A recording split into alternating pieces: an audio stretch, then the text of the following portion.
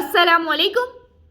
आज हम मदनी कायदे से लेसन नंबर 1 का पार्ट 2 पढ़ेंगे। ये सबक हरूफे मुफरदात के बारे में है। हरूफे मुफरदात यानी हरूफे तहज्जी। हरूफे मुफरदात यानी हरूफे तहज्जी 29 हैं और इन 29 हरूफ में 7 हरूफ ऐसे हैं जो हमेशा हर हालत में पुर यानी मोटे पढ़े जाते हैं। इन 7 हरूफ का नाम हरूफे मुस्तालिया है और वो 7 हरूफ ये हैं: ख, स्वाद, दोद, क़, ज़, ग़ैन, क़ाफ। इन 7 हरूफ का मजमुआ हुस्सा दोख्तिन क़िफ़ है। होंठों से सिर्फ 4 हरूफ अदा होते हैं: बा, फा, मीम, वाव। इनके अलावा बाकी हरूफ पर होंठ ना हिलने दें। ये थे आज के सबक के क़वाइद। इन्हें हम रिपीट इसलिए कर रहे हैं कि बार बार दोहराने से हमें ये क़वाइद इजीली याद हो जाएं। तो इन्हीं को मद्देनज़र रखते हुए अब हम अपना सबक स्टार्ट करेंगे। आऊज़ु बिल्लाहि मिनश शैतानिर रजीम। आऊज़ु बिल्लाहि मिनश शैतानिर रजीम। बिस्मिल्लाहिर रहमानिर रहीम। बिस्मिल्लाहिर रहमानिर रहीम।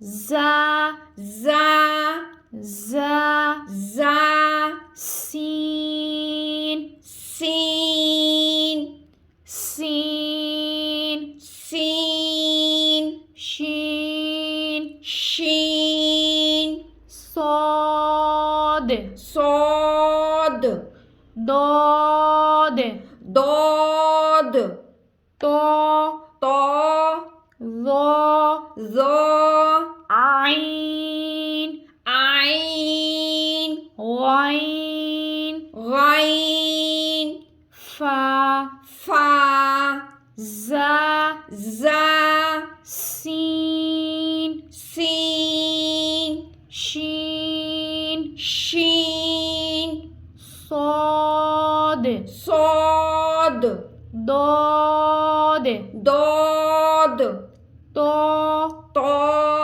ज़ो, ज़ो, आइन, आइन, ग़ैन, ग़ैन, फा। फा। अब हम इस सबक के मखारिज की तरफ चलते हैं। मखारिज मखरिज की जमा है और मखरिज के लुग़वी माना है निकलने की जगह, यानी जिस जगह से हमने हर्फ को अदा करना है उसे मखरिज कहते हैं। तो सबसे पहले हम ज़ा और सीन के बारे में जान लेते हैं। ज़ा और सीन दोनों सख्ती के साथ अदा किए जाएंगे और सीटी की साउंड के साथ अदा किए जाएंगे। दोनों का मखरिज एक ही है, यानी ज़बान की नोक और दोनों दांतों के अंदरूनी किनारे से ज़ा और सीन को हम अदा करेंगे। ज़ा और सीन को कहाँ से अदा करेंगे? ज़बान की नोक और दोनों दांतों के अंदरूनी किनारे से हम ज़ा और सीन को अदा करेंगे। दोनों को हमने सीटी की साउंड के साथ सख्ती के साथ अदा करना है और ज़ा को हमने 1 अलिफ की मिकदार के बराबर खींच के अदा करना है, जबकि सीन को हमने 3, 4 या 5 अलिफ की मिकदार के बराबर खींच के अदा करना है। जैसे ज़ा, ज़ा, सीन, सीन। नेक्स्ट शीन। शीन ज़बान के दरमियान और तालु के दरमियान से अदा होगा। जहाँ से हमने जीम की अदायगी की थी वहीं से हमने शीन की भी अदायगी करनी है। जीम और शीन का मखरिज एक ही है, यानी ज़बान का दरमियान और तालु का दरमियान। इसको भी हमने 3, 4, 5 अलिफ की मिकदार के बराबर खींच के अदा करना है। नेक्स्ट सौद। सौद ज़बान की नोक और दोनों दांतों के अंदरूनी किनारे से अदा होगा, यानी ज़ा, सीन और सौद तीनों का मखरिज एक ही है। तीनों हरूफे सफ़ीरिया हैं, यानी सीटी वाले हरूफ हैं। सीटी की साउंड के साथ तीनों हरूफ को हमने अदा करना है। लेकिन यहाँ पे क्या होगा कि सौद हरूफे मुस्तालिया है, इसको हमने पूर यानी मोटा पढ़ना है। और इसको भी हमने 3, 4, 5 अलिफ की मिकदार के बराबर खींच के अदा करना है। नेक्स्ट दौद, दौद भी हरूफ मुस्तालिया है, इसको भी हमने पूर यानी मोटा पढ़ना है और दौद ज़बान की करवट और ऊपर के दाढ़ों की जड़ से अदा होगा। दौद ज़बान की करवट और ऊपर की दाढ़ों की जड़ से अदा होगा।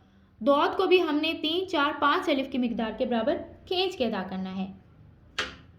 जैसे सीन, शीन, सौद, सौद, दौद,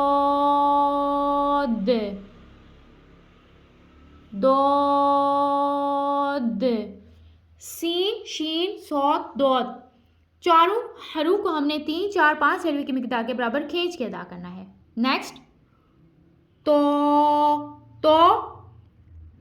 हरफ मुस्तालिया है, इसको भी हमने पूर यानी मोटा अदा करना है और जहाँ से हमने ता, दाल और तौ की अदायगी की थी वहीं से हमने इसकी भी अदायगी करनी है। यानी ज़बान की नोक और ऊपर के दांतों की जड़ से तौ को हमने अदा करना है। ज़बान की नोक और ऊपर के दांतों की जड़ से हम तौ को अदा करेंगे और इसको भी हमने 1 अलिफ की मिकदार के बराबर खींच के अदा करना है। नेक्स्ट वो ज़बान का सिरा और ऊपर के दांतों के अंदरूनी किनारे से अदा होगा। यानी जहाँ से हमने सा, जाल और ज़ो की अदायगी की थी वहीं से हमने ज़ो के भी अदा करना है, लेकिन हमने इसको नरमी के साथ अदा करना है और ये भी हरफ मुस्तालिया है, इसको हमने पूर यानी मोटा अदा करना है। तो और ज़ो दोनों हरफ मुस्तालिया, इनको हमने पूर अदा करना है और दोनों को हमने 1 अलिफ की मिकदार के बराबर खींच के अदा करना है। जैसे तो, वो।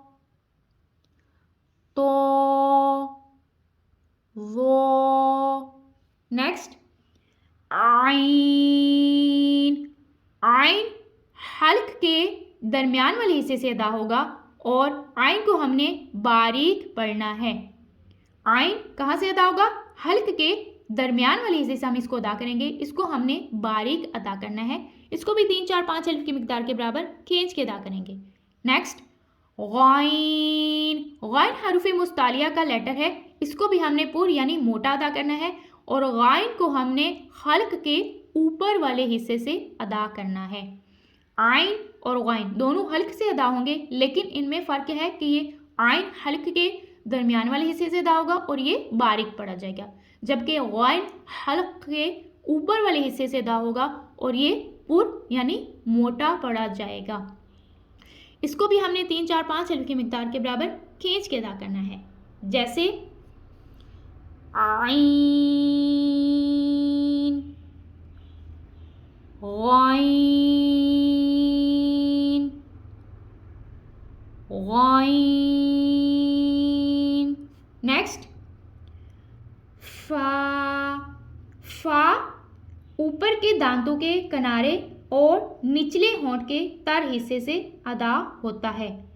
ऊपर के दांतों के किनारे, ऊपर के दांत हमारे कौन से हैं? जो हमारे फ्रंट वाले 2 बड़े टीथ होते हैं, उनके किनारे निचले होंठ के तर हिस्से से जाके लगेंगे, तो तब हमारी फ़ा की अदायगी दुरुस्त अदा होगी। फ़ा को भी हमने 1 अलिफ यानी 2 हरकत के मिकदार के बराबर खींच के अदा करना है। जैसे फ़ा, फ़ा। आज का हमारा सबक यही था कि इसको बार बार पढ़ना, बार बार इसकी मश्क करना। जितना ज़्यादा पढ़ेंगे इंशाअल्लाह अज़्ज़ा वजल आपका सबक इतना ही जल्दी और दुरुस्त अदा होगा। नेक्स्ट सबक के लिए इंशाअल्लाह अज़्ज़ा वजल फिर हाजिर होंगे, तब तक के लिए अस्सलामु अलैकुम।